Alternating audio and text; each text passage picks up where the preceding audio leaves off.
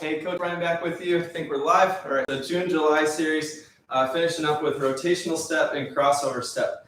I've had a blast shooting these, by the way. I'm honestly drenched in sweat, and it's a little warm here, but also it's definitely some work, which is fun. I enjoy it. So we're going to go rotational step first. This is a committed step out of our static athletic ready. So we know, we got the drop into static athletic ready from like a T-step.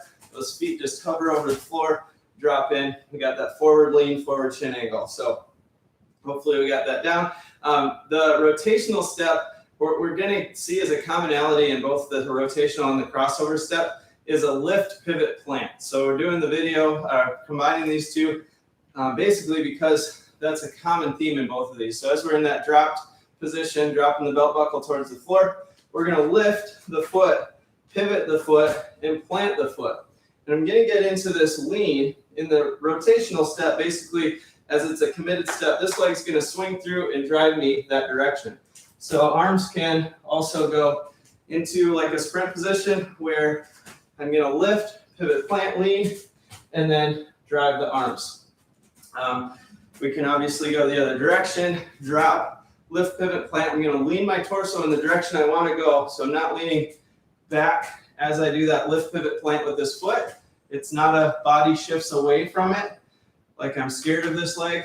I want to load that leg. I want to use that leg. So I'm going to get on top of it, basically with the foot directly under the hip. So I'm pulling that ball of foot under the hip. I'm going to load and then go swinging the arms through to get into like a basic running or walking mechanic.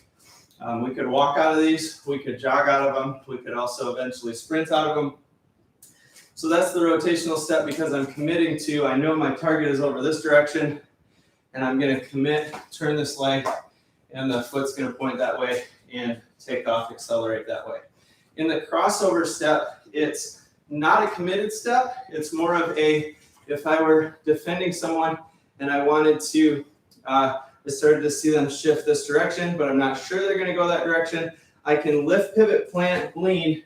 I'm going to step, but I'm going to point my foot in the direction of my target. So say the target is still this way out in front of me.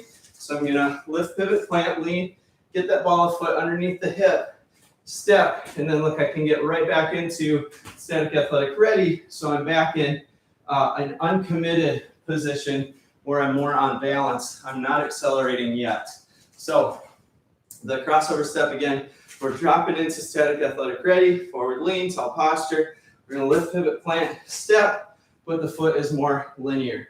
Could we do other things out of this, like squats, this weird squat lunge mechanic? Yeah. Could we load that? Absolutely. So getting the hip mobility and strength in new, unique, more athletic positions is another way that we can play around with this. So I'm going to pull that foot underneath, lean, step across, and then again, we could do different strengthening exercises here, or we could just go back and forth a little bit, make a little flow out of it. So dropping into the athletic ready position, pull the ball of foot under the hip, step across, I'm back, and I can go back and forth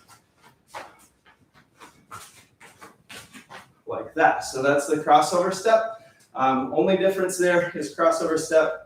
The stepping across foot is going to point forward versus that rotational step. The stepping across leg is going to step and start an acceleration. So those are rotational and crossover steps. Again, have fun with it. We're going to start to sequence these things together too, right? So we could go walking, break down to a T-step here in your athletic ready position.